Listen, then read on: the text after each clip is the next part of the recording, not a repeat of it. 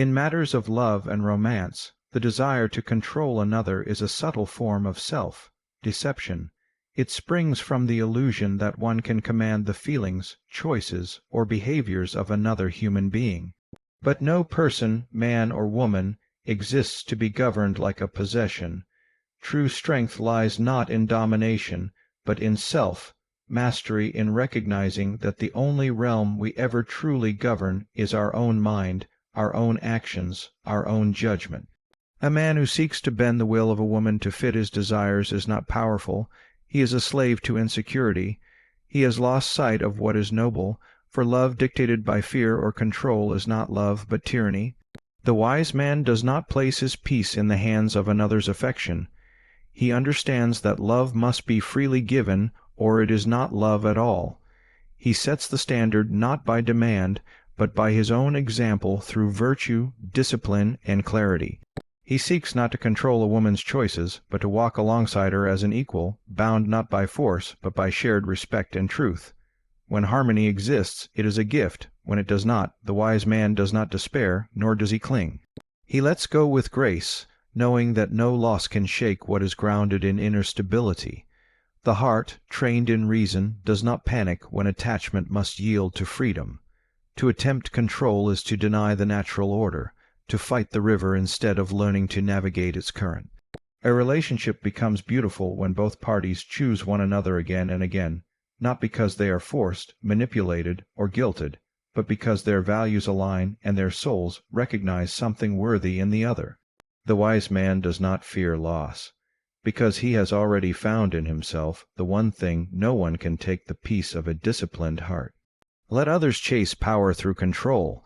The man who lives in accordance with nature chases only virtue, and by doing so, becomes the kind of partner who commands respect without ever needing to demand it.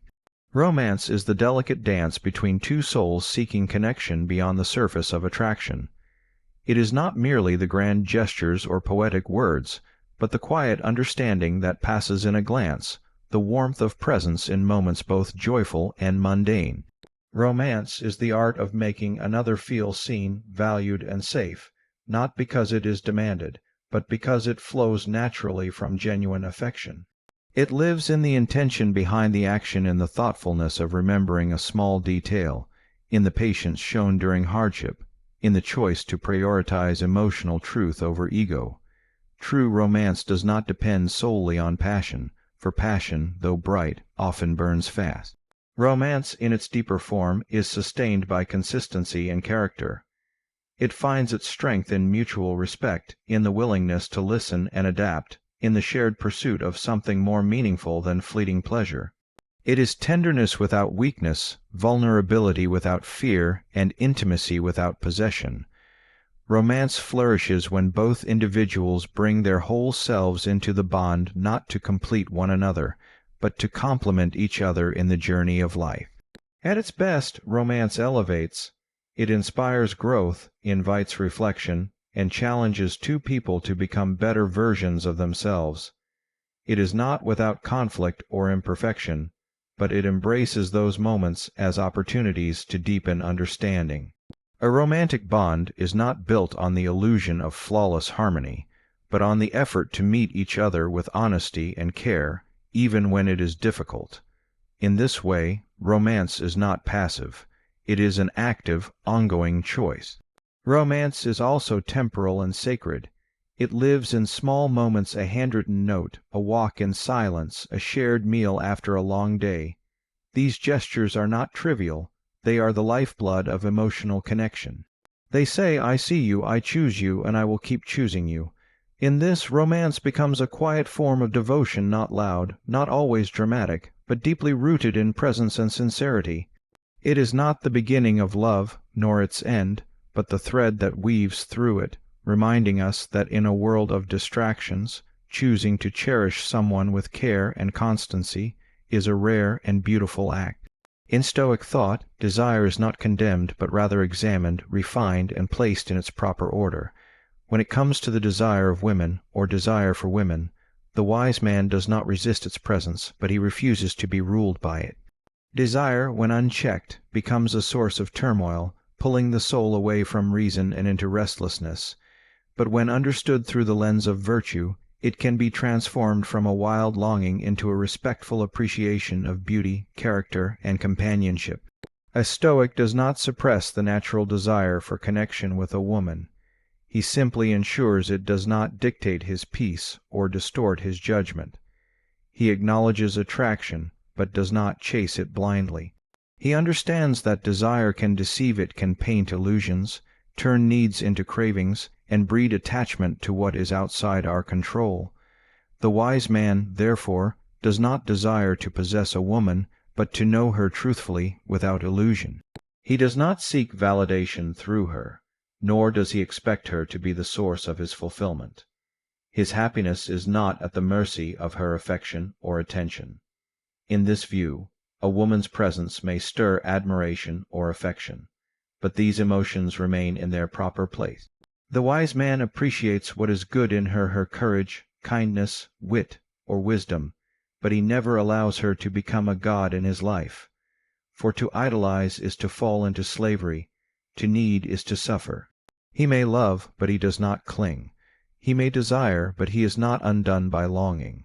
If she walks beside him in harmony, he is grateful. If she does not, he remains centered. True desire, in Stoic terms, is not about conquest or control, it is about alignment with nature and virtue. The desire that leads a man toward goodness, discipline, and clarity is welcomed, but the desire that clouds the soul leads to jealousy, obsession, or despair. This is to be cut away. In this balance, the Stoic finds freedom, to love deeply but without dependency, to admire beauty without being lost in it, and to walk through the world desiring only that which does not steal his peace. In Stoic philosophy, passion is understood not as love or enthusiasm, but as a disturbance of the soul, an excess of emotion that overpowers reason. When directed toward women, unchecked passion becomes a danger, not because women are dangerous, but because the man allows himself to be governed by impulse rather than virtue. To desire a woman with clarity is natural. To be consumed by that desire is weakness. The Stoic does not fear passion, but he trains it, disciplines it, so that it serves reason, not the other way around. Control, then, must begin within. The wise man does not seek to control a woman, for she is a rational being with her own mind, will, and nature. Attempting to dominate her is a sign that the man has lost command of himself. True control is mastery over one's own thoughts, urges, and reactions.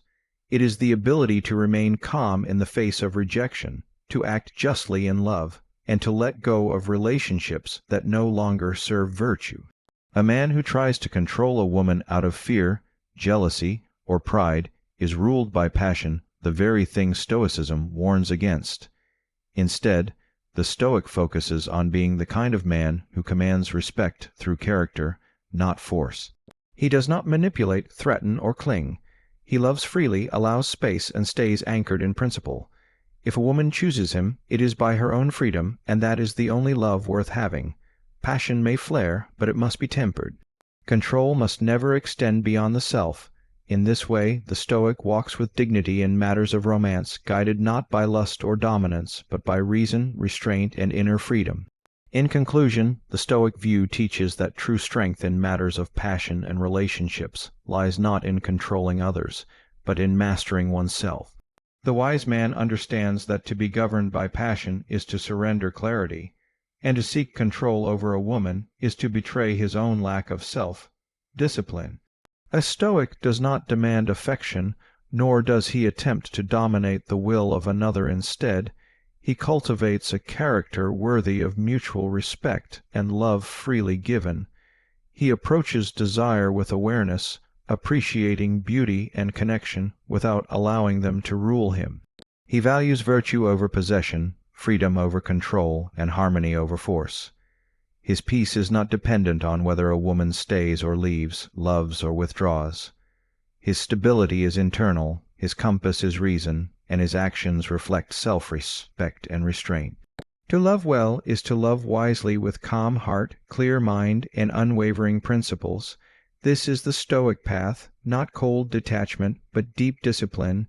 The man who walks this path does not fear loss, nor does he cling in desperation. He stands whole, rooted in himself, offering love without need, and in doing so, finds the highest form of freedom.